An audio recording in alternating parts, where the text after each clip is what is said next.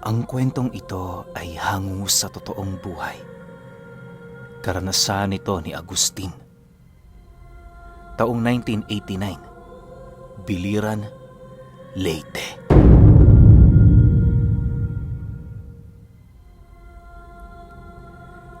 Itong mga panahong ito, ulilang lubos na itong si Agustin. Bagaman nasa murang edad, bakas sa kanyang pangangatawan ang pagkakaroon ng mahirap na buhay. Maraming pinagkakaabalahan itong si Agustin. Kung hindi pagtitinda ng mga uling, nagpapabayad siya bilang katuwang sa mga mahihirap na gawain. Minsan kapag wala talaga siyang napagkukunan ng pera, itinutuon na lamang niya ang kanyang buong maghapon sa pangunguha ng mga tambakasan, may ulam lamang sa panghapunan niya. Madalas din siyang kumain ng dinurog na mais bilang pamalit sa bigas. Dahil sa kanyang sitwasyong dinadanas, kung kaya't karamihan sa mga batang kaedad niya, naging tampulan siya ng tukso. Hindi naman yun gaanong pinapansin ni Agustin sa kadahilan ng di hamak na mas importante sa kanya ang magtrabaho kaysa makipag-away sa mga ito. Minsan, kahit hangad ng kanyang katawang magsaya, mas pinipili na lamang niyang magkulong sa kanyang mumunting barong-barong sa pagbabakasakaling sa pagpikit ng kanyang mga mata, mapanaginipan niya ang magandang buhay na inaasam niya. Sa pagtungtong ni Agustin sa edad na 18 anyos, meron siyang nakilalang isang dalaga sa kanila na pumukaw ng kanyang atensyon. Naninirahan ang mga magulang nito sa gilid ng palayan na hindi naman gaanong kalayuan sa bahay niya. Kaya niya yun nakilala, gawa ng isa siya sa mga inutusan ng may-ari ng palayan na gumapas sa lugar na yon. Ayon sa kanya, mabait naman ang dalaga, subalit pansin niyang napakahigpit ng mga magulang nito. Hindi niya rin maipagkakaila na kahit hindi nagsasalita ang ama nito, bakas sa pagmumukha nito ang animoy pagdududa sa kanya. Dahil sa parehong salat ang kinalakihan nilang buhay, kaya na may hindi naglaon, nagkasundo silang dalawa. Habang patagal ng patagal ang pagiging magkakilala nila, tila bang napapansin na noon ni Agustin ang pag-iba ng buhay niya. Yung tipong, dati hangad niya lang makaipon para magkaroon siya ng makakain, subalit ngayon parang mas importante pa sa kanyang magkaroon sila ng pag-uusap kaysa makapagtrabaho siya. Hindi naglaon, nang hindi na makayanan ni Agustin na itago ang kanyang nararamdaman, naglakas loob na siyang magtapat sa babae. Matapos namang malaman nito ang kanyang hangarin, hindi na din ito nagpaligoy-ligoy pa na siya ay tanggapin. Para maging masaya ang kanilang pagsasama, minabuti nilang ipaalam yon sa pamilya ng kasintahan niya. Sa unang araw ng kanilang pagbisita sa bahay nito, naging maayos naman ang lahat. Subalit habang patagal ng patagal siyang pumupunta doon, napapansin niya na noon ang kakaibang pag-uugali ng mga magulang nito. Bukod sa palagi yung tulog tuwing siya ay bumibisita, tila bang hindi problema sa mga ito ang pagdalo ng kasintahan ng kanilang anak sa kanilang mismong tahanan. Noong una, inakala ni Agustin na pabor sa kanya ang ganoong sitwasyon, subalit habang tumatagal, doon niya napagtanto na kagaya niya, hindi mahalaga sa mga magulang nito ang dalagang iniibig niya. Dahil dito, nagdesisyon siyang ipagtapat sa magulang ng babae ang tungkol sa hangad nilang pagbubukod ng tahanan. Isang hapon, habang nag-uusap sila sa bahay nito, napansin naman nila ang paggising ng padre de pamilya ng kasintahan niya. Paglapit nito sa kanila, agad namang tumayo itong si Agustin upang ilahad dito ang bagay na matagal na nilang pinag-usapan ng dalaga. Pagtitigan nila ng ama nito, bakas naman sa pagmumukha nito ang labis na pagtataka dahil sa kanyang ginawa. O Agustin, anong problema? May sasabihin ka ba? Wika nito sa kanya na parabang naiirita. Nang marinig naman niya ang sinabi ng ama nito, mahinahong sumagot naman siya dito ng, Tay, dahil matagal na ho kami nitong si Ruling, nais ko na sanang bumukod na kami. Ayos lang ho ba yun sa inyo? Huwag ho kayong mag-alala, doon kami sa bahay ko titira. Dahil sa kanyang sinabi, bigla namang natigilan ang ama nito na para bang hindi makapaniwala sa mga bagay na kanyang narinig. Makalipas lamang ang ilang minuto, seryoso naman siya nitong inanyayahan na pumasok sa loob ng kanilang tahanan. Hindi naman noon tumutol itong si Agustin, gawa ng sa isip-isip niya, tama lang ang naging pasya nila. Sa pag-upo nila ng ama nito sa mga lumang bangkong naroon sa sala, inilahad nito sa kanya kung gaano nito pinahahalagahan ng kanyang nag-iisang anak. Mariin din siya nitong pinaalalahanan, anuman ang paghihirap at pag-aaway na makakaharap nila, huwag niyang hahayaang magkapisikalan silang dalawa. Kabilin-bilina ng ama nito sa kanya, hindi ito tutol sa anumang desisyong hangad ng anak niya, basta ang mahalaga, hindi niya yon nakikitang nasasaktan o nagsisisi. Mahirap lang ang kanilang buhay, subalit mataas ang kanilang paninindigan sa mga kapamilya nila. Matapos naman yung marinig ni Agustin, agad naman siyang sumang-ayon. Nang magkasundo na sila ng ama nito, noon ding mismong araw, nagpaalam na silang dalawa na lilipat sa bahay. Tumulong din noon ang ama ng asawa niya bilang pagpapakita ng suporta.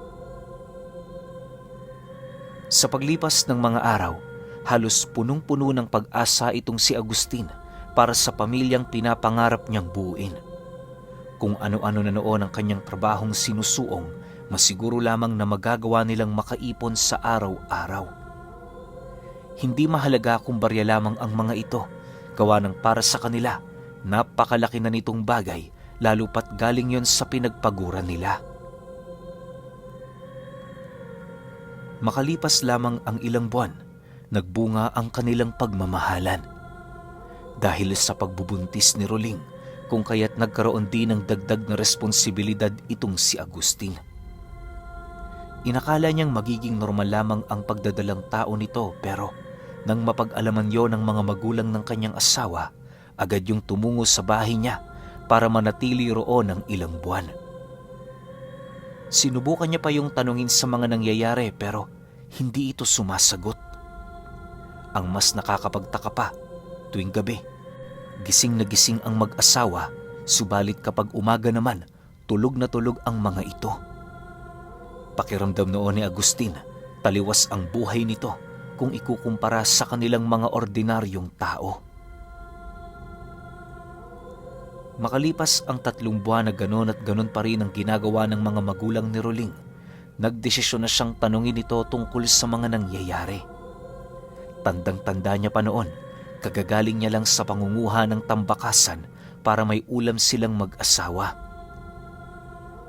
Silang dalawa kasi noon ang kumakain tuwing gabi, gawa ng hindi sumasabay ang mga magulang nito sa kanila. Matapos namang marinig ng ama ng kanyang asawa ang kanyang sinabi, dali-dali naman yung lumapit sa kanya para pag-usapan ang mga bagay na nais niyang malaman. Ayon dito, parte yon ng kanilang paghahanda upang masigurong ligtas ang buhay ng kanilang magiging apo. Inilahad din ito kay Agustin, may mga bagay na nangyayari na kinakailangan nilang pigilan bago pa yon makapaminsala. Dagdag pa nito na, kahit alam nitong hindi niya nalalaman kung ano ang nais nitong sabihin, nasisiguro ng ama ng kanyang asawa na para lang naman yon sa kanilang kapakanan. Sa pagpapatuloy ng kanilang pag-uusap, hindi naman niya maiwasang magtaka, gawa ng sa loob ng 3 buwan nilang pagsasama, yon ang kauna-unahang makausap niya ng matagal ang ama nito. Bukod kasi sa palagi yung abala, bibihira na din yun kung makaharap, gayong marami din naman siyang ginagawa. Bagaman may mga bagay siyang napapansin doong kakaiba, hindi naman niya ito gaanong binigyan ng atensyon sa kadahilan ng ang buong akala niya, normal lang yon sa mga magulang ng asawa niya. Subalit habang nag-uusap sila, laking gulat na lamang niya nang ilahad nito sa kanya ang tungkol sa mga lason na nakakalat sa tahanan nila. Tapatan ding inilahad ng ama nito, hindi sila mga ordinaryong tao kagaya niya. Sa pagpapatuloy ng kanilang pag-uusap, unti-unting nakakaramdam ng kaba itong si Agustin, gawa ng habang nagsasalita ang ama ng asawa niya, kitang-kita niya ang mahaba nitong kulay berdeng dila. Ang mga mata nito nagiging luntian na din na animoy isang hayop na nasa kaanyuan ng ordinaryong tao. Pagngisi nito sa kanya, bigla namang nanumbalik ang orihinal nitong anyo habang nagwiwika ng, Pero huwag kang mag-alala, Agustin. Hawak namin ang sitwasyon. Oo, may mga kalaban. Pero hindi ibig sabihin kaya nila kaming mapangibabawan. Nang marinig niya ang sinabi nito, doon na siya nanahimik, gawa ng hindi na niya mawari kung ano ang kanyang isasagot sa ama ng kanyang asawa. Hindi niya alam kung maniniwala ba siya doon o kwento lamang yon panakot sa kanya. Upang mapatotohanan nito ang mga katagang inilahad sa kanya, nagdesisyon yung noon ding mismong gabi, ipasilay sa kanya ang abilidad ng isang manlalason.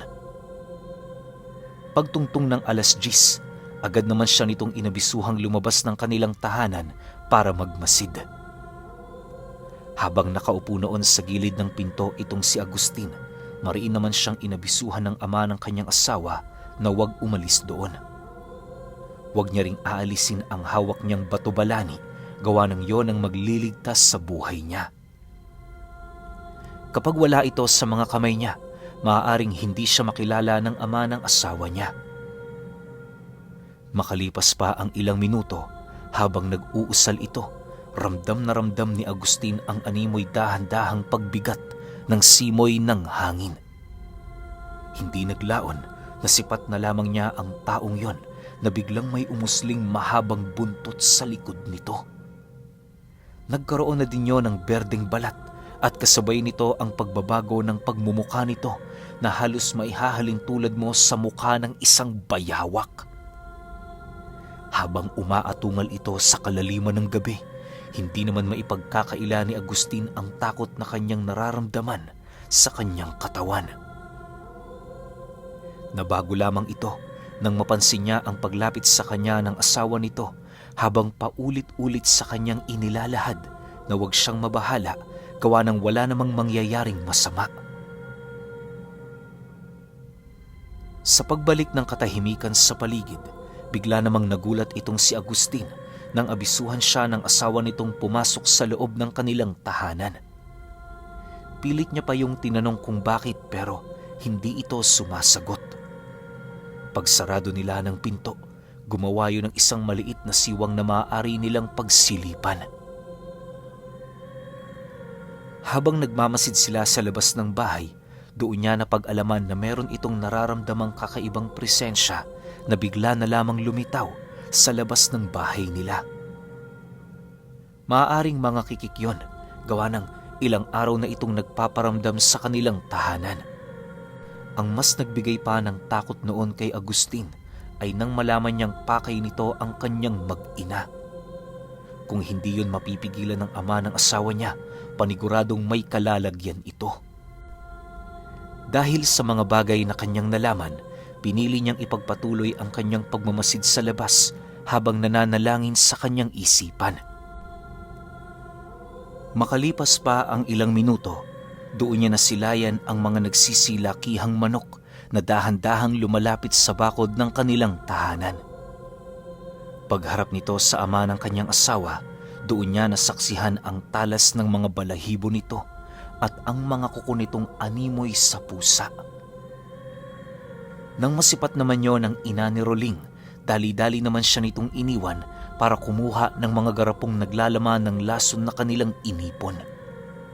Sa pagbalik nito, agad naman siya nitong inutusan ng tumulong na putulin ang lason sa mga pundasyon ng kanilang bahay. Pinatay din nila noon ang 2 gaserang nakasindi, masigurong hindi sila masisipat ng mga nilalang na nasa labas ng bahay.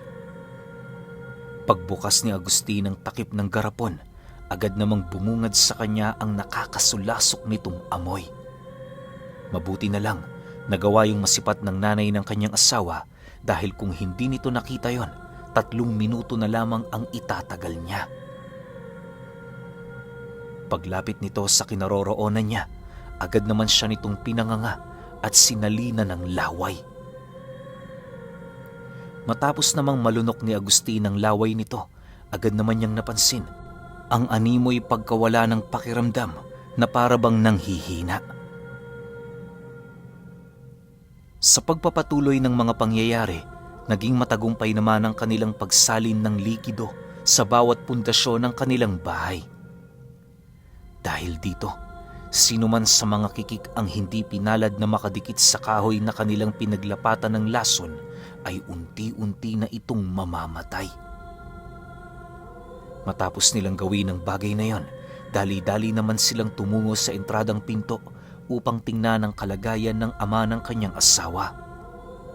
Pagsilay niya sa labas, bumungad yun sa kanyang dahan-dahan ang napapaatras dahil sa dami ng kikik na kalaban nito. Kahit lahat ng mga nilalang na yon ay nalapatan na ng kanyang lason, hindi pa rin yun sapat upang magawa niya yung mapangibabawan. Nang makita naman yon ng asawa nito, hindi na din yon nag-alangang magsambit ng mga engkantasyon habang dahan-dahang naghuhubad sa harapan mismo ni Agustin. Dahil dito, agad naman niyang binuksan ang pinto at kasabay nito ang pagsilay niya sa pagpapalit nito ng anyo. Di hamak na mas malaki yon sa asawa nito na parabang sa kanilang uri, mas makapangyarihan ang mga babae. Sa pagsugod ng nilalang na yon patungo sa kinaroroonan ng asawa nito, nagkaroon yon ng mabigat na dagok sa mga kikik. Dahil sa kawalan nito ng lakas para ipagpatuloy ang kanilang pakikipaglaban, nagdesisyon ang mga itong umatras sa kabila ng mga lasong natanggap ng kanilang katawan. Nang mapansin naman yon ng dalawa, minabuti na nilang umatras din ng bahagya habang patuloy na nagmamasid. Sa pagbalik ng katahimikan sa paligid, dali-dali naman yung nilapitan ni Agustin para tulungan. Bagaman nasa kaanyuan pa yon ng pagiging aswang, walang pag-aalangan niya yung nilapitan upang ipakita sa mga ito ang kanyang pag-aalala. Nang mapansin naman siya ng ama ng asawa niya, napangiti lang naman yon habang nagpapalit ng anyo. Nang makabalik na ito sa kanilang orihinal na wangis, doon bumungad sa kanya ang iilan nitong malalalim na sugat na mabilis din namang naghihilom dahil sa bisa ng laway ng asawa nito. Makalipas pa ang ilang minuto, nang makabalik na sila sa kanilang tahanan, kabilin-bili na naman ito sa kanya, huwag ipagsasabi ang tungkol doon. Inilahad din ng lalaki na bagaman may dugo silang aswang, hindi sila kumakain ng karne ng tao. Ang paborito nilang lantakan ay ang mga makamandag na hayop kagaya ng ahas, palaka at mga alupihan. Yon ang pangunahing pagkain ng kanilang uri, gawa ng mas nagbibigay yon ng pakinabang sa kanilang katawan. Matapos naman niyang marinig ang tungkol sa mga paliwanag nito, minabuti niyang wag na munang sumagot sapagkat alam niya sa kanyang sarili na hindi pa siya gaanong naniniwala sa mga pangyayari. Kinaumagahan, paggising ng kanyang asawa, ito na din mismo ang nagkumpirma na totoo ang mga bagay na kanyang nakita. Inamin din ito sa kanya na maging ito man napapabilang sa uri ng mga magulang niya. Dahil sa kanyang mga nalaman, halos hindi na niya alam kung ano ang kanyang gagawin.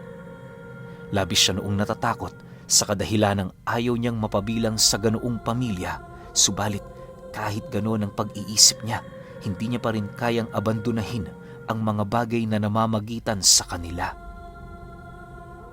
Nang mapansin naman ng ama nito ang kanyang pagdadalawang isip, agad naman siya nitong kinumpronta upang magawa nilang malaman ang mga iniisip niya. Wala namang problema kung makikipaghiwalay ka sa kanya, Agustin. Kaya namin siyang buhayin kasama ang anak mo. Nasa sayo ang desisyon kung tatanggapin mo ba kami o lilimutin.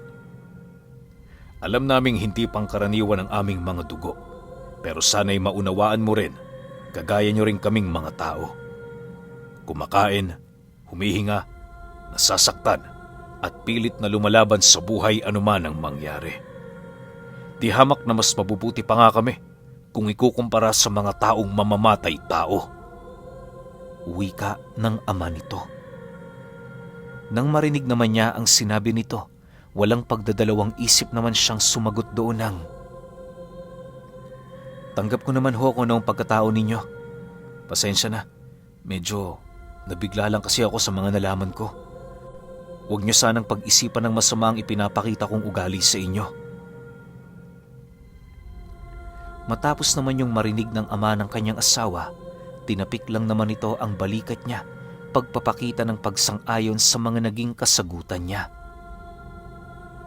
Sa paglipas pa ng mga buwan, wala yung pinagkaabalahan kung hindi bantayan ang pagdadalang tao ni Roling. Ayon kay Agustin, may hahalin tulad mo ang pagbabantay nito sa kung papaano bantayan ng isang ahas ang kanyang pugad. Bagaman hindi nakakakain ng husto ang mga magulang ng kanyang asawa, nasisiguro niyang meron yung sapat na lakas para makipaglaban. Sa halos humigit 6 na buwan, buong tapang nitong kinumpronta ang lahat ng nilalang na pilit naghahangad sa anak nila. Halos lahat na ata ng uri ng aswang na kalaban nila. Ultimo gabunan hindi rin nakaligtas sa abilidad na tinatangan ng mga ito. Habang patagal ng patagal, unti-unti na din siyang nasasanay sa bagong kapaligiran na kanilang kinaroroonan. Dagdag pa ni Agustin, habang papalapit ng papalapit ang kabuwanan ni Roling, pansin na pansin din niya ang animoy pagbalot ng langis sa kabuuan ng bahay nila. Minsan nadudulas na siya noon sa sahig, gawa ng kahit saang sulok may nakapahid na ganoong uri ng likido. Bagaman lason ito, nakapagtatakang hindi siya nito naaapektuhan. Sa pagsapit ng araw ng kapanganakan ng kanyang asawa, wala silang inanyayahang kumadrona para magpaanak dito. Naniniwala ang ina nito, maaaring magbalat kayo ang aswang sa ganoong uri ng tao para lamang makuha ang anak nila Agustin. Ayaw naman nila yung mangyari, lalo pat sa loob ng 9 na buwan, dugot pawis ang kanilang naging puhunan, masiguro lamang na makaligtas ang batang yon sa tiyak na kamatayan. Habang pinapaanak si Roling, naging abala naman itong si Agustin sa paglalagay ng mga lason sa kabuuan ng kanilang bahay. Halos paulit-ulit niya yung ginawa, masiguro lamang na walang makakalapit sa alinmang parte ng kanilang tahanan. Bago sumapit ang hating gabi, iniluwal ang kanilang sanggol na siya namang naging hudyat sa ama ng kanyang asawa para tuluyang lipulin ang mga pangahas na naghahangad sa karne ng apo nito.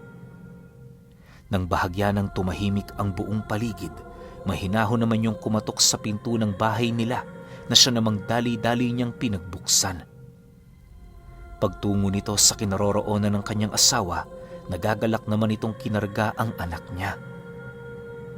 Noon ding mismong gabi, pinangalanan nila itong Leopoldo, pinagsamang pangalan ng mga magulang ni Roling. Hindi naman tumanggi si Agustin sa nais na pangalan ng mga magulang nito, gawa ng kung hindi dahil sa kanilang sakripisyo, paniguradong hindi yon mabubuhay sa mundo. Sa paglaki ng anak niya, inakala niyang mamumuhay sila ng payapa, subalit hindi pala. Isang araw, habang naglalakad sila ng kanyang anak pabalik sa kanilang tahanan, bigla na lamang silang binalot ng pag-aalala nang wala na sila doong taong nadatnan. Lahat ng gamit ng pamilyang yon ay bigla na lamang naglaho. Ang mas nakakapagtaka pa, hindi na din maalala ng anak niya kung sino ang nanay nito. Ang tanging natatandaan na lamang nito, mag-isa lang siyang binubuhay ng kanyang ama. Pilit pang hinanap ni Agustin ang kanyang asawa noon pero hindi niya na ito nakita. May mga nakapagsabing lumipat yon ng lugar, habang ang iba naman inilahad sa kanyang ganun talaga ang pag-uugali ng mga nilalang na yon.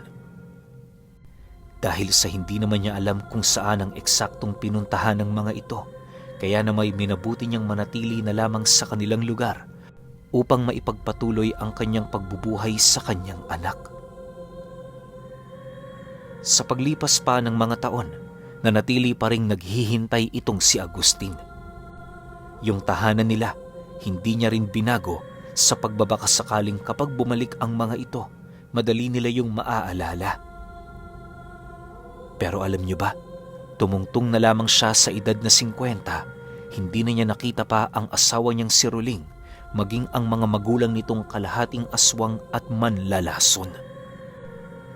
Hanggang sa kamatayan ni Agustin, palagi niyang bukang bibig sa anak niya na mahal niya ang nanay nito kahit na nagawa sila nitong iwan ng walang dahilan.